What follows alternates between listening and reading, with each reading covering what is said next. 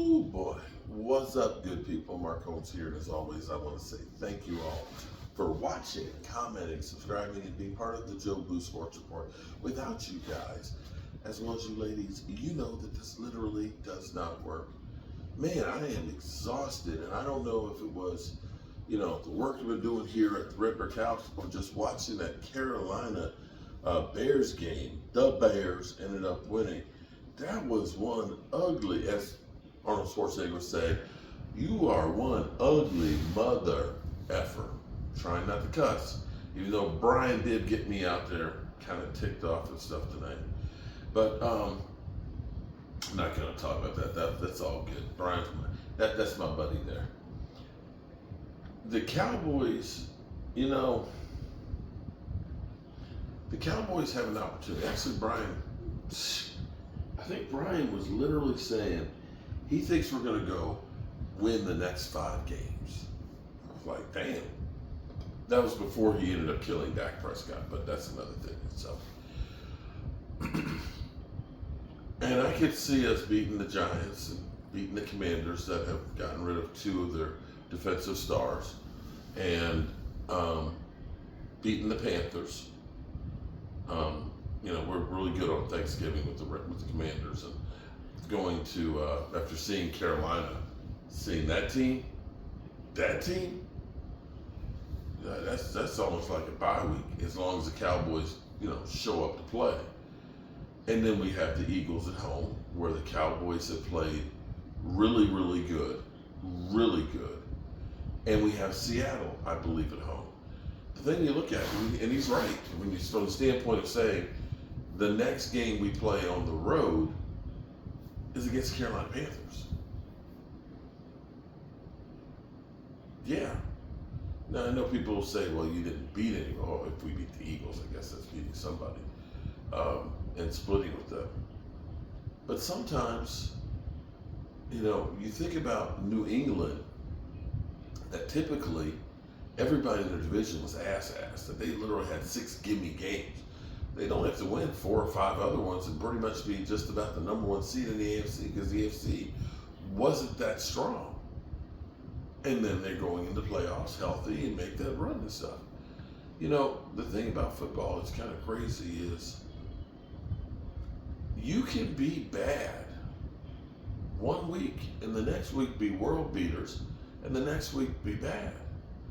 And usually it's not the team necessarily that has the best record that's going all the way. I pointed out about the Green Bay Packers team that Mike McCarthy had. They won their last 2 games on a 10-6 season.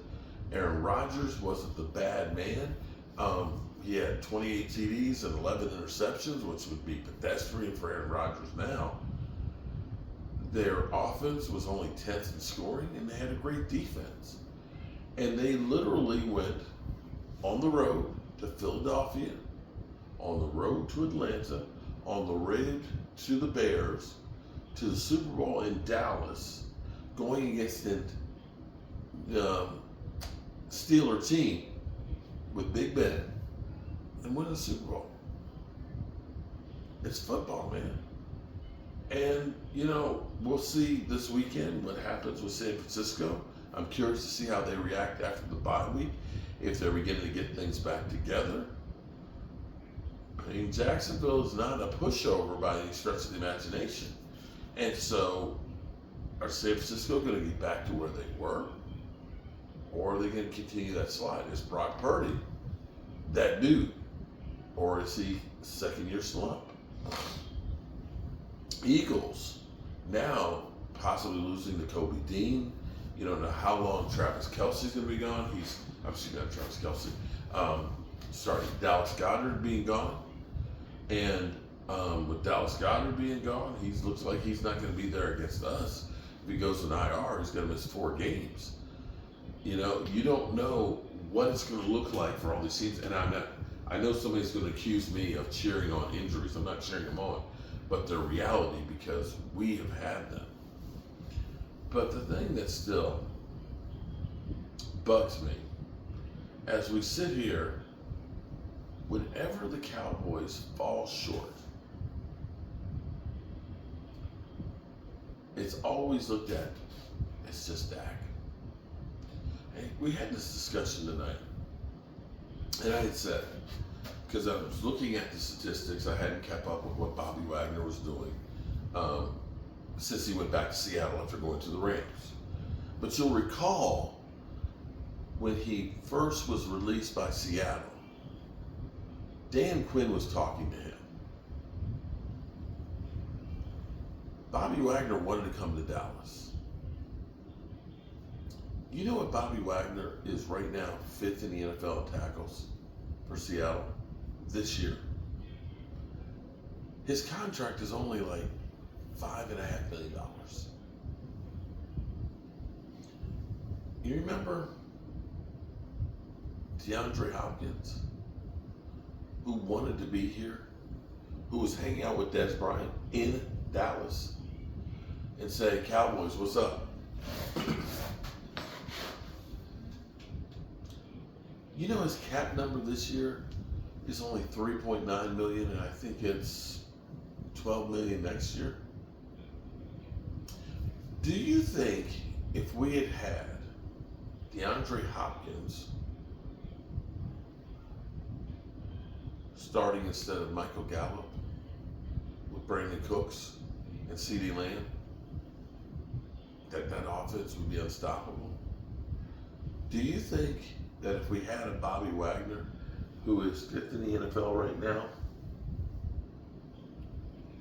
in tackles, that we'd be a better team with Van Der Esch hurt? See, these are the things that you look at and say, as the Joneses keep saying, we believe in our guys. But here's the thing about that whole scenario of we believe in our own guys. Didn't you believe that Brandon Whedon threw the prettiest ball? Didn't you believe that Johnny Manziel was a great quarterback? Didn't you believe that Paxton Lynch and Connor Cook were viable options for you? So when you say we believe in our guys, you believe in all those guys right there. And the guys over here that could be really right now solid cores for your team that would definitely make you a Super Bowl contender. You didn't believe in those kind of guys. Guys, we're talking about $8 million on the cap. $8 million this year is what it would have been. Those two players. And instead of us always constantly looking and saying, Dak, he's not the one. He's not like Troy Aikman. And I'm going to say, well, our offensive line isn't like the Great Wall of Dallas. I'll say our running game isn't like Emmitt Smith. I'll say our tight end isn't like Jay Novacek. I will say that our receiving core is not like Michael Irvin and Alvin Harper. I will say that our defense, being good, is not the Doomsday 2 defense of the 90s. Could be, but in order to do that, you got to invest a little more than what Jerry's willing to do. Because, of course, we believe in our guys.